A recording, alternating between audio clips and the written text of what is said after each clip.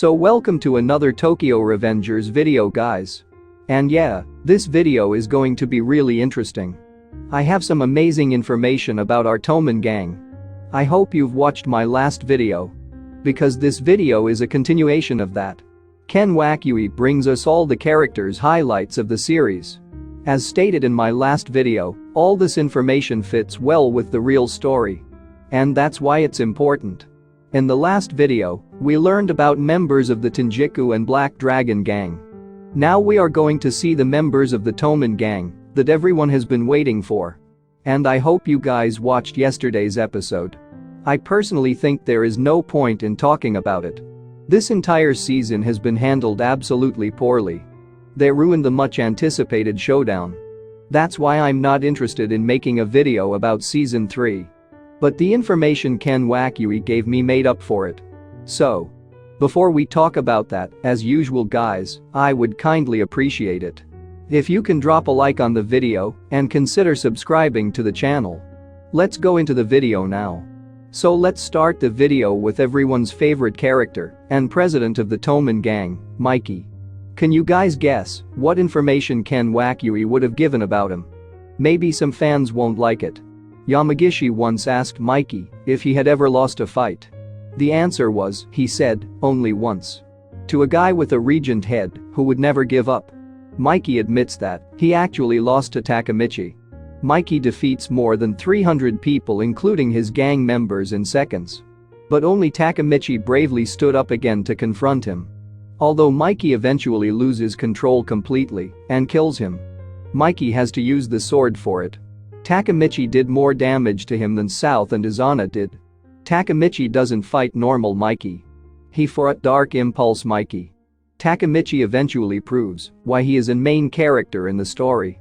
I can talk more about this. Mikey has only ever lost a fight. And that was to Takamichi. If you have anything to say about this, let me know below. Now about Chifuyu. One of the best aspects of the Tokyo Revengers series is the friendship. Takamichi and Chifuyu's friendship and it was really great. Chifuyu is always there to help Takamichi in his most difficult situations. Only Chifuyu knows at first that Takamichi is a time leaper. But everything changed after the final arc. Yamagishi says he's close with Takamichi even though he's not in the same squad. And don't have much contact with him. I'm glad they're still close friends after the final arc. But it's a bit sad that the bond they had throughout the series isn't quite there. Because in the final arc, only Mikey and Takamichi know about everyone's future. So this time Takamichi had to work with that Mikey, not Chifuyu. So at least I'm glad they're still best friends. Don't forget that all of this information is told from the perspective of Takamichi's friend, Yamagishi. Now about Hakkai, Yamagishi says. He often gets into fist fights with his big bro, Taiju. How can you defy a monster like that? So this is one of the big changes in the future. Hakkai is not afraid of his brother, Taiju. Hakkai is willing to fight Taiju if he wants to protect his family. Yuzuha will surely be proud of Hakkai. Taiju really tortured Yuzuha and Hakkai a lot, hitting them hard for the smallest mistakes. But I think the reason why Hakkai is so brave is because of Takamichi. I think Takamichi must have given Hakkai the motivation and courage to not be afraid of Taiju. If Ken Wakui had explained things like this in a little more detail, we could have easily understood. I'm glad they have a normal sibling relationship in this new timeline. Now let's see about Angry. I can't quite understand this. So I'll show you the picture here. I think VO means vocalist and DR means drums. So Angry is the leader of this band. I think it would be great and funny if all of them did a concert. And yeah, now about another important character, Kazutora. Yamagishi says. He and Akin have been together every day since the Mizachu incident when they had a one-on-one fight. And I'm a little bit jealous. Actually I am sad now. We never know what the Mizachu incident was. The Akin vs Kazutora fight was really unexpected. Akin is one of my favorite characters in the series. Like Takamichi, he will go to any lengths to protect his friends. So him fighting the founding member of the Toman gang really amazes me. I am curious to know how the fight actually ended and what happened. All this happens only if Ken Wakui wants it. Also, Kazutora is the 4th division captain of the Toman gang. We rarely see Kazutora's fight scenes. So it's a bit disappointing. Any spin-off manga based on these events would be great. Now let's talk about Akan. Yamagishi says. The vice captain of the 4th squad, Sendo Atsushi. He's the savior who put us in the 4th squad. I'd say the person with the least amount of screen time in the series finally gets the place he deserves. Yamagishi and the rest of his friends would actually be happier to be in the 4th division than any division. At the end of the story, Taiju and Izana all joined the Toman gang.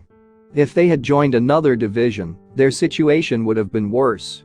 But I don't know how their leader, Kazutora, can deal with them.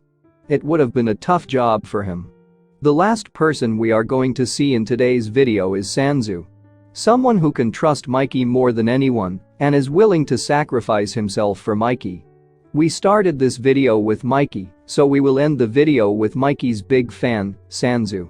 Yamagishi says. Mikey believer. He is often banned from meetings because of his bad character. When I followed him, I found that he often meets with Mucho, one of the big 4 of Tenjiku. He is a traitor definitely. It's all funny. Manga readers already know this information. Everyone was wondering why he didn't attend the gang meeting in the real timeline. Because he was banned because of his bad character. Now the same thing is happening again in this new timeline. But even after all this, Sanzu and Mucho's friendship still continues. It's unlikely that Mucho would have joined the Toman gang in this new timeline, so Mucho wouldn't have betrayed Mikey this time. Sanzu and Mucho must have met ethereally. After all, Mucho is like a brother to him. All the characters we've seen so far deserve to be told in detail. Because some things are still not clearly explained. Maybe Ken Wakui thinks he should let the fans decide anything. But all this information was interesting. There's only a few characters left, and I'll cover that in the next video. Anyway, if you guys like this video, hit the like button and don't forget to subscribe. And good luck to all.